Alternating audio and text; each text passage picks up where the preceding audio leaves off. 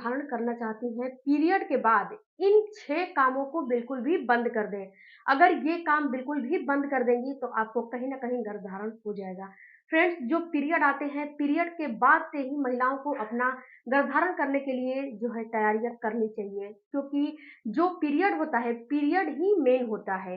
अगर पीरियड में आप छोटी-छोटी मिस्टेक कर जाते हो, छोटी-छोटी गलतियाँ कर जाते हो, जिससे कि आपको गर्भधारण नहीं होता है। तो आज के वीडियो में हम यही जानेंगे कि पीरियड के बाद आपको कौन-सी 6 चीज़ों का बिल्कुल भी बातों का ध्यान रखना है और बिल्कुल भी गलतियाँ आपको नहीं करनी चाहिए। नहीं तो आपका फिर से पीरियड आ जाएगा और गर्भधारण नहीं होगा। हेलो फैमिली, आपका हमारे चैनल में बहुत-बहुत स्वागत है। फ्रेंड्स, वीडियो को पूरा देखिएगा ताकि आपको कुछ इन्फॉर्मेशन मिल सके। और फ्रेंड्स, वीडियो में अगर आप नए हो तो चैनल को भी ज़रूर सब्सक्राइब कीजिएगा, फेसबुक पेज पे देख रहे हो तो पेज को भी ज़रूर फॉलो करिएगा। चलिए वीडियो में आगे बढ़ते हैं। सबसे पहले फ्रेंड्स कि अगर आप गर्भधारण करने की तैयारी कर रहे हो या फिर आप गर्भवती होने की तैयारी नहीं कर रहे हो, तो भी ये चीज़ आपको करनी चाहिए। क्योंकि फ्रेंड्स क्या होते हैं कि जो पीरियड आते हैं, पीरियड में जो पैड लेते हो आप लोग, तो पैड जब लेते हो तो पैड जो है जिसका पीरियड का फ्लो कम होता है, वो सुबह का लिए दिन भर 24 घंटे वही पैड लिए रहते हैं। तो आपको ये काम बिल्कुल भी नहीं करने चाहिए। क्यों नहीं करने चाहिए? क्योंकि जो पीरियड का पैड होता है, जब ब्लीडिंग होती है तो उसको 5 घंटे के बाद वो पैड आपको जो है खराब भी नहीं होता है तो भी आपको चेंज करने चाहिए। क्योंकि फ्रेंड्स एक हाइजीन भी मेंटेन करना काफ़ी ज़रूरी होता है। अगर पीरियड का फ्लो अगर काफ़ी ज़्यादा है तो वो तो 2-3 घंटे में आपका खराब ही हो जाएगा। लेकिन पीरियड का फ्लो कम है और आप जो है पैड नहीं चेंज करते हो कि अरे अभी तो पूरा भरा नहीं है, अभी क्यों चेंज करें? तो इससे होगा क्या? इससे आपको इन्फेक्शन हो सकता है। और जब इन्फेक्शन हो जाएगा तो आपको समस्याएँ होने लगेगी। और फ्रेंड्स इन्फेक्शन को गर्भधारण नहीं होता है, आप गर्भवती नहीं हो पाते हो। तो सबसे पहले तो आप इस चीज़ का ख़्याल रखो कि जो पैड ले रहे हो, पैड पे बिल्कुल भी आप उसको केयर करते रहो कि आपको कब क्या करने चाहिए।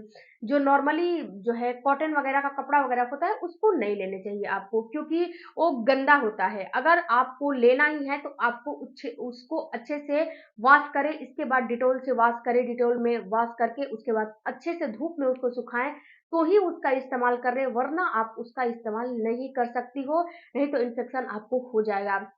और जो टीनेजर्स बच्चियाँ हैं, उनको तो बिल्कुल भी नहीं करने चाहिए।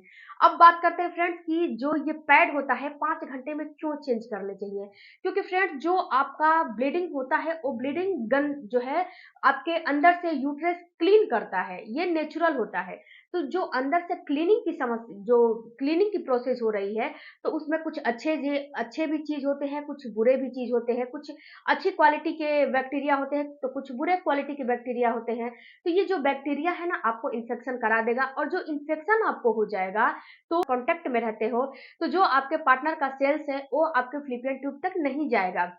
क्योंकि आपको तो जो है इन्फेक्शन हो चुका है, और इन्फेक्शन हो चुका है तो जो सेल्स है उसको आपके कैनाल के अंदर, वजाइना के अंदर जो ही एंटर करेगा वहीं पे जो इन्फेक्शन वाले बैक्टीरिया है उसको मार देते हैं, उसको ऊपर चढ़ने नहीं देते हैं।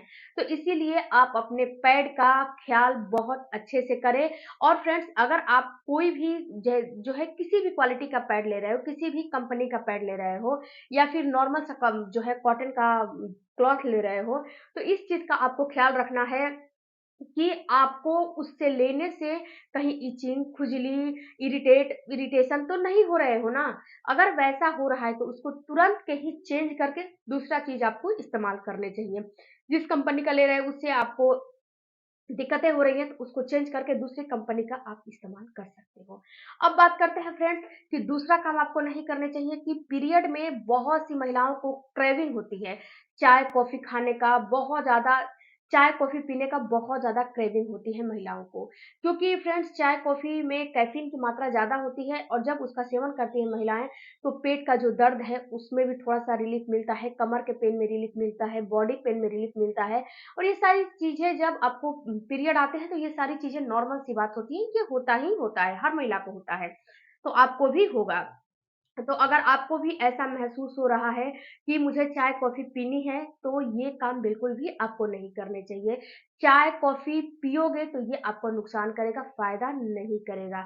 अगर आपको चाय, कॉफ़ी की तलब लग रही है, अगर आपको ऐसा महसूस हो रहा है कि मैं कुछ जो है मतलब कुछ मुझे पीना है, तो आप हॉट वाटर पिए यानी कि गर्म पानी पी सकते हो। इससे भी नहीं तो आप जो है ग्रीन टी का इस्तेमाल करो, ये आपको नुकसान नहीं करेगा। ये आपको जो है फर्टिलिटी को आपको बूस्ट करेगा, आपके पीरियड को सही करेगा, आपकी बॉडी में जितनी भी लेथार्जी है उसमें आपको काम करेगा, यानी कि हर ओवरऑल हर एक चीज़ में काम करेगा आपको।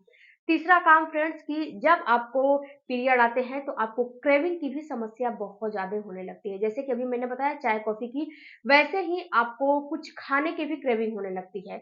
तो यहाँ पे फ्रेंड्स एक चीज़ समझना है कि अगर आप इसको अपने हैबिट में शामिल करते हो, तो ये आपको नुकसान करेगा। लेकिन अगर आप इसको कभी-कभार खाते हो, तो ये आपको बिल्कुल भी नुकसान नहीं करेगा। कभी-कभार का मतलब कि जैसे कि आप डेली ना खा के महीने में 1-2 बार खा लिए, तो ये आपको नुकसान नहीं करेगा।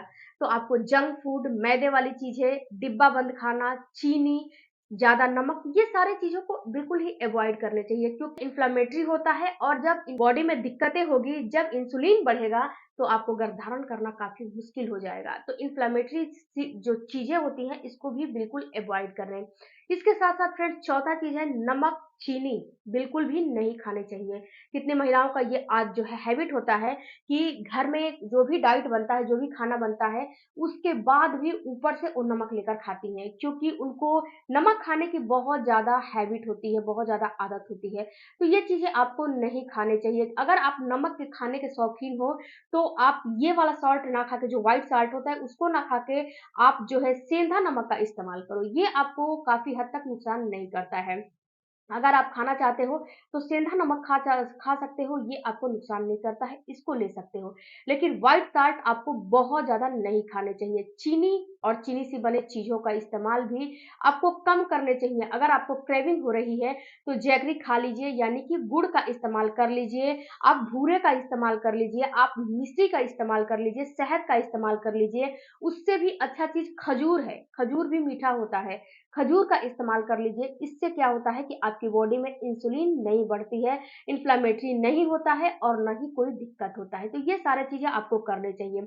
उसके बाद फ्रेंड्स जब पीरियड आता है तो पीरियड के बाद से महिलाएँ क्या करती हैं कि दूसरे दिन ही हेयर वॉश कर लेती हैं। किसी भी रीज़न से कर लीजिए, शादी-ब्याह, पार्टियाँ या फिर घर का जो चीज़ें होता है उससे भी उस रीज़न से भी कर रही हैं। तो ये काम बिल्कुल भी नहीं करने चाहिए, ये चीज़ आपको बिल्कुल भी नुकसान करेगा।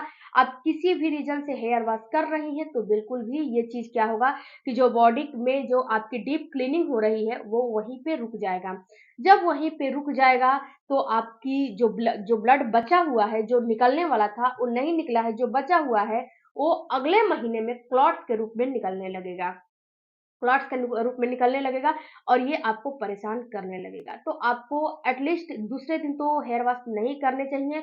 अगर आपको करने चाहिए तो चौथे दिन आपको हेयर वॉश करने चाहिए। एटलीस्ट चौथे दिन या तो फिर 5वें दिन। अगर आपका पीरियड जो है थोड़ा-सा ज़्यादा चलता है, 6 से 7 दिन चलता है, तो 5वें दिन कर सकते हो या फिर चौथे दिन आपको कर लेना चाहिए, कोई दिक्कत नहीं है। अब फ्रेंड्स जो छठवां काम है वो आपको नहीं करने चाहिए कि जब पीरियड्स आते हैं तो बहुत ज़्यादा आपको भागा-दौड़ी, बहुत ही जो है हे हेडेक वाला काम, बहुत ही जो है रात-रात भर जगना, यानी कि अपने हार्मोन को डिस्टर्ब करना, ये सारे काम आपको नहीं करने चाहिए। इससे भी आपका हार्मोन डिस्टर्ब होता है और जब हार्मोन डिस्टर्ब होता है, तो आपको प्रेगनेंसी जो है प्रभावित होती है, बाधित होती है, आपको दिक्कतें होने लगती हैं। तो अगर आपका पीरियड आया है, तो अगर आप जो है बाहर का काम-काज कर रहे हो, तो कोई दिक्कत नहीं है, आप आराम से जाओ, आराम से करके चले आओ। लेकिन अगर आप घरेलू महिला हो और फ्रेंड्स ये जो 4 से 5 दिन होता है ना, बहुत ही डिफ़िकल्ट होता है एक महिला के लिए।